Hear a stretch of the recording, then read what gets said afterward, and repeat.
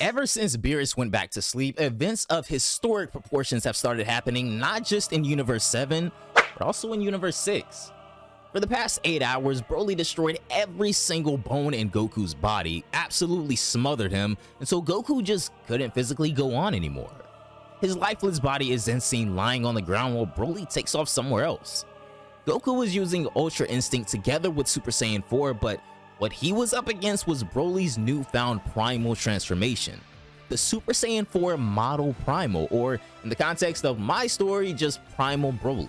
Broly's unprecedented lust for chaos was so intense and extraordinary that it influenced hyperspace at the universal level and allowed a certain someone to break free of a millennium-long curse.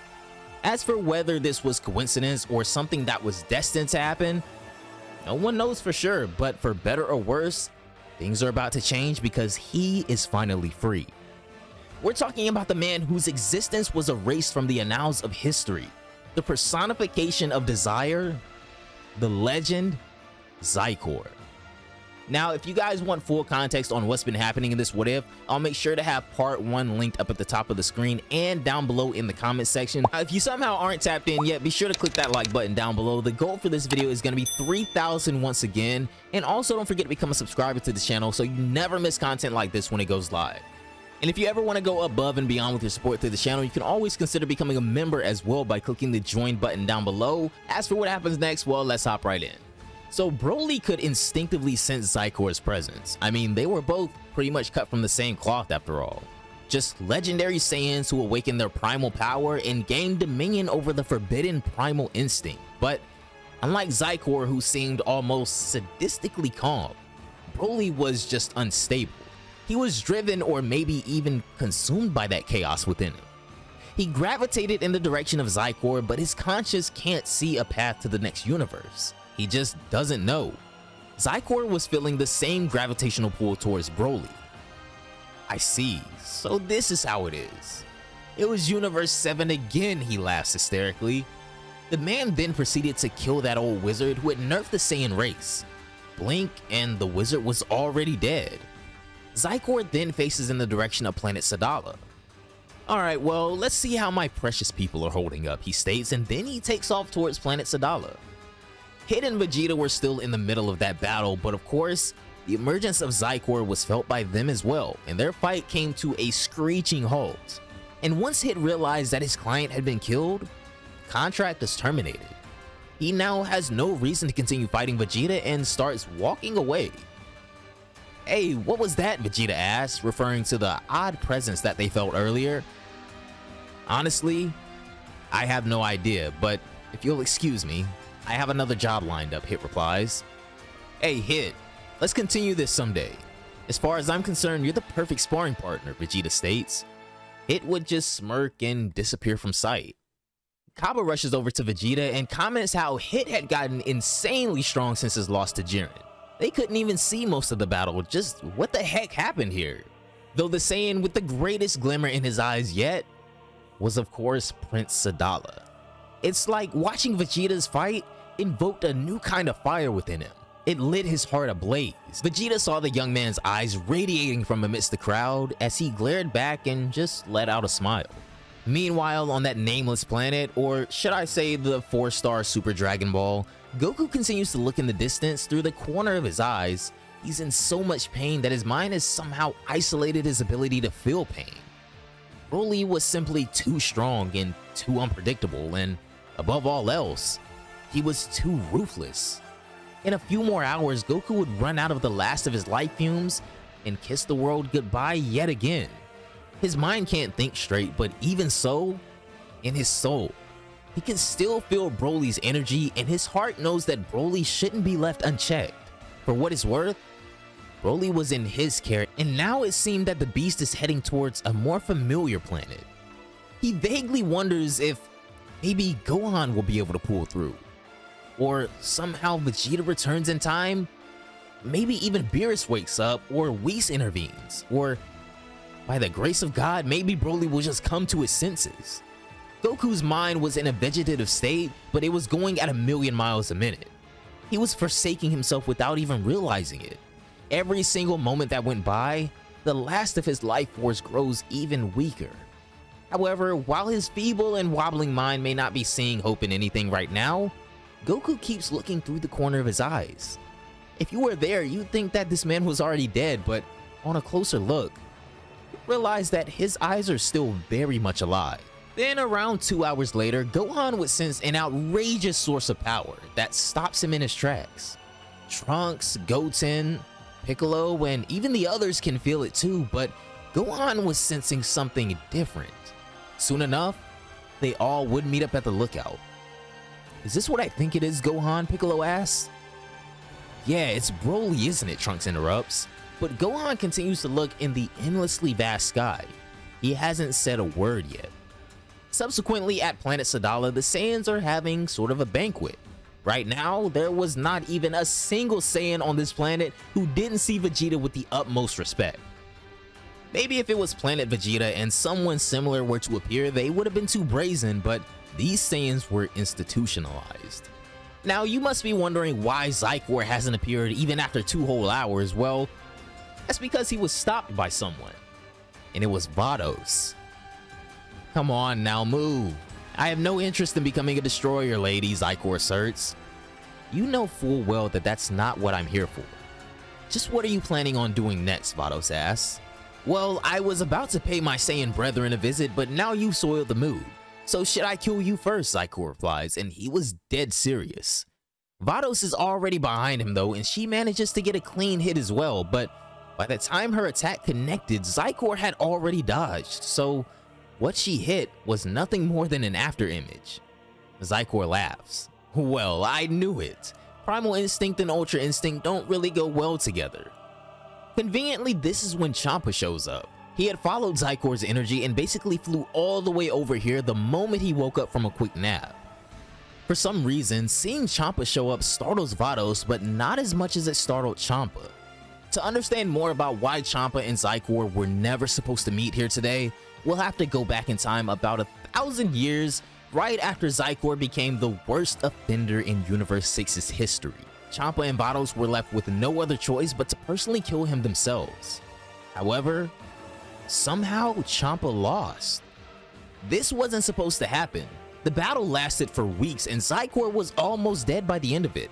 But the Zenkai boost he then received at the verge of death by the hands of a god of destruction was so potent that he was able to elapse the massive gap between a mortal Saiyan and an immortal destroyer. They may have still been able to kill him, but just like how Beerus chose to punish Frieza by confining him into a vortex for all eternity, Vados had no choice but to intervene and lock Zycor up in something similar.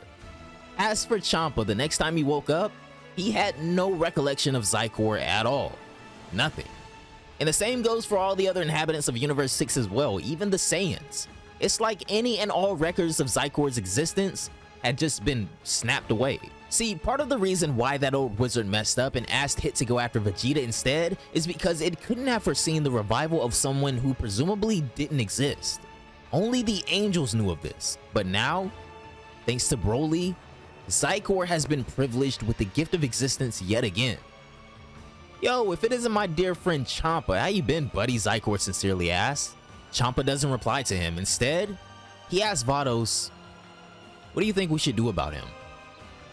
Vados then replies, "I'll be honest with you, Lord Champa. Zycor's reemergence was no accident. Fate works in strange ways, and so I'm afraid I, as an angel, am not supposed to stop him. We must let nature take its course." Hearing this, Champa replies, "Then what if it's me? I want a piece of this guy." "If that's what you wish, then go ahead," Vados replies. "Oh, whatever. I'm not interested in fighting you, dear Lord Champa, so just shut up and piss off," Zycor states. He eclipses past both of them and then dashes straight towards Planet Sadala. As far as he was concerned, both Vados and Champa were just in the way because his current interest right now was checking out the situation with his fellow Saiyans. And so, 3 hours after Hit's departure, this individual would finally arrive on Planet Sadala himself. The man was genuinely looking forward to a warm welcome by his Saiyan brethren. He doesn't understand how nobody knows anything about him. How was his legend even supposed to be passed down when even those who lived during his prime were made to forget about him? So Zykor would arrive, and he doesn't like how it's all sunshine and rainbows here. He's more of a night owl himself. Vegeta knows that someone strong has appeared, but he couldn't be bothered to move. At that point, Vegeta may not have realized it yet, but everything from his subtle expressions to his demeanor, even the way he was using his speech, it was all that of a king. He was doing it all subconsciously. King Sadala keeps writing it down. The Saiyans know that someone strong is outside. The king knows, but seeing Vegeta continue to scarf down the food they had made for him calms him down. They don't know that Vegeta is just eating as much as he can to replenish his energy, because if another fight takes place, he's gonna need Super Saiyan 4 and Ultra Ego, and they require a stupid amount of energy. Zykor, on the other hand, was wondering what he should do about this sunshine. He'd rather show up in the presence of the moonlight because that's just a little bit cooler, so he does something only an insane person would think of. He unleashes a raging fire blast on a nearby star, and he wants to push it far enough that it never annoys him ever again. Of course, taking out this star meant that the 7 moons of planet Sadala wouldn't be able to shine. And realizing this, Zykor states, "Damn it, I messed up." Nah, just kidding. He knew exactly what he was doing. And with that star out of the picture, Zykor maintains a safe distance from the planet and then uses an illicit celestial technique named Infinite Lunar Flare. Now, thanks to this, planet Sadala would forever remain masked by the moonlight. Though Zykor knew something was strange because no one was transforming into an Uzaru. Within a fraction of a second, he was already inside the palace. Everyone was perplexed, including Vegeta, because Vegeta just couldn't have imagined that the extraordinary presence he felt was that of a Saiyan. "What the hell is this circus? Why are you all so weak?" Zykor says, and then walks up to Vegeta. "Are you the current king?" And then he tries to land a solid kick on Vegeta, which Vegeta barely manages to block by instinctively using his God Ki. Very impressive, but I don't understand. Why is everyone else here so weak? Don't tell me you cut off all their tails for some cheap sense of power, Zykor asks. He was jumping to so many conclusions, but he genuinely couldn't understand why his race was so weak out of nowhere. Meanwhile, back on the 4-star Super Dragon Ball, Whis is standing right next to Goku. "I don't think I've ever seen someone in such poor state. It's not just your bones, all the stem cells in your body have been destroyed. And this was supposed to be your plan," Whis states. He's gonna have to use his power to restore Goku for old time's sake, but what he sees next was profound enough to leave him speechless. Whis catches the glimpse of light that was still imminent in Goku's eyes. It was as though the cosmos itself stopped Whis from using his abilities because something unusual was about to happen.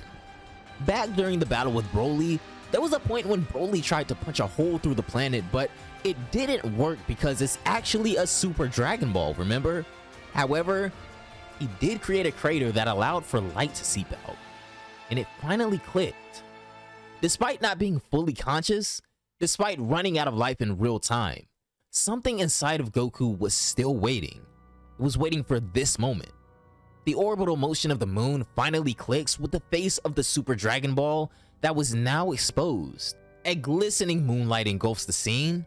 It speaks to the Saiyan soul instead of Goku and allows for something else to break. You see, the reason why Gohan didn't answer back when Piccolo and Trunks asked him if this was Broly is because he was also sensing something else. Goten was sensing it as well. They couldn't pinpoint it, but it was the raging life force of their father. It happens. The 4-star Super Dragon Ball, which saved his life in the past, does so again. Everything Goku has done so far, everything he's achieved, everything he had been born, and more importantly, everything he signifies. Now, it's the pure soul of a Saiyan that gives him a pat on the back and removes his limiters. Goku's eyes would burst open, leaving even Whis confused. He looks like he's seen a ghost, or he doesn't even recognize Goku. But through effort alone, he had pried open the doors of limits and achieved something spectacular here today. Super Saiyan 4 model Sun Wukong Goku has finally been born.